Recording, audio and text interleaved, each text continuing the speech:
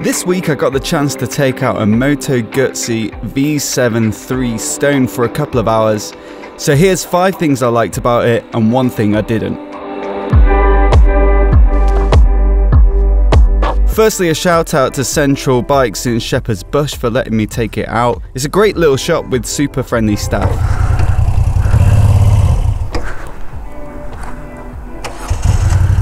Oh my goodness. The first thing I liked about this bike was the handling.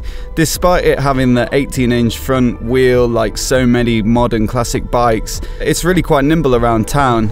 I think the wet weight or the curb weight is just over 200 kilos, but it feels nice and light. The seat height is around 770 millimeters if I remember correctly, so easy to flat foot it. So yeah, around traffic like that, it's easy peasy. It's easy to pick your way through the traffic in town just as this bike was intended.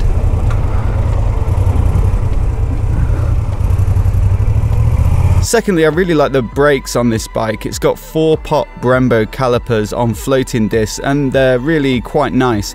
Not too much bite, which is good at low speed as you're doing a lot of maneuvering around town and you don't want to be kind of too sharp on the brakes.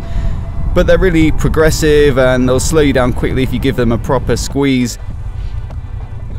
The brakes, they feel really good actually. Not too bitey. You wouldn't expect super sharp braking on a bike like this, but very nicely progressive, and rear brake feels fine as well. Yeah, I'd say that's definitely a plus on this bike. The brakes are really good for what they do. And the bike's also got 2-mode traction control and ABS, of course, for extra safety if you do need to slam on. Now I know this might not be a big deal for a lot of people, but I would love to have a shaft drive for commuting through town in the winter. I'm not the best at keeping on top of cleaning and lubing the chain. It can just be a bit of a pain. Of course, a shaft drive might be more complex and expensive to repair if something does go wrong, but I've not read of any reliability problems with the Guzzi so far. And personally, if I was commuting, you know, through urban traffic in the rain sometimes, or you get caught in the odd shower, this is a definite selling point for me. Another thing I really liked about this bike was the motorway performance. So, you know, of course it's meant for town, but even as town riders like to do the odd road trip or get out on some twisties, I managed to take this bike down a stretch of the M4 and it felt really comfortable and planted on the motorway. So it's an air-cooled V-twin and it's not the most powerful at 48 horsepower, but it's got decent torque, I think about 40 Newton meters at peak, and that's enough to push you along nicely.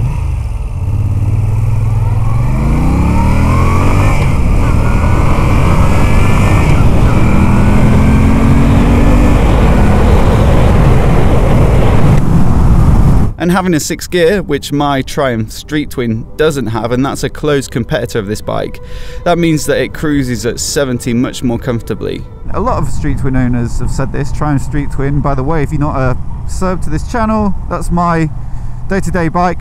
Only has 5 gears, so when you're on the motorway, it feels like it's revving a little bit harder than it ought to be at 70 when you're cruising along. This has 6 gears. It's a direct competitor, this bike, but it has 6 gears. And just wanted to see what that feels like on the motorway and whether this slightly smaller and less powerful motor could handle itself at motorway speeds, especially given it has that extra gear. And I think it felt really comfortable at that kind of speed. Really planted on the road, not revving too hard.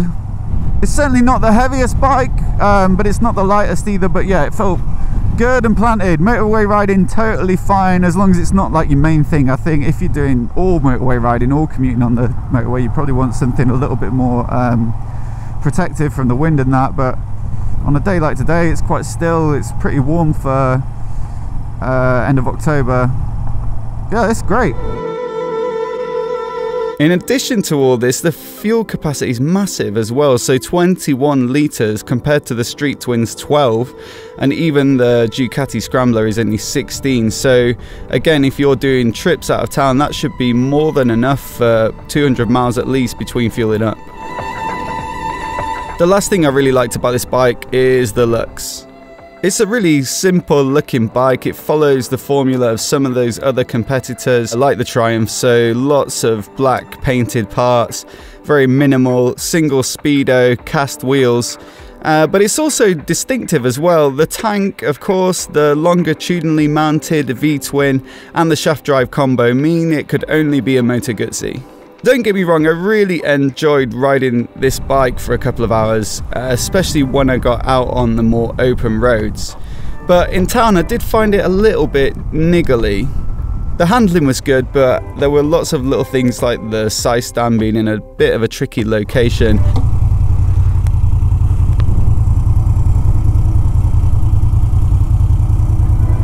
I found the dry single plate clutch to be a little bit less refined than I was used to. The gear selection indicator goes blank momentarily between gear changes. The indicator light doesn't quite show which way you're indicating. And the finish on some of the parts in the switchgear didn't look quite as good up close. Some of these niggles, they'll go away over time as you get to know the bike, especially things like the side stand or the clutch. But when I jumped back on my Triumph after I dropped the bike at the dealer, I felt like the Triumph was a slightly more refined ride at a very similar price. But a lot of people put this down to character, and that might be absolutely what you're after. If you want a rumbly, characterful Italian retro built in the same factory for almost 100 years, then look no further. Anyway, as always, if you've got any questions about this bike, leave them in the comments below. I'll try my best to answer them. And if you're new here, you want to see more videos like this, hit subscribe, of course. Otherwise, catch you guys in the next video.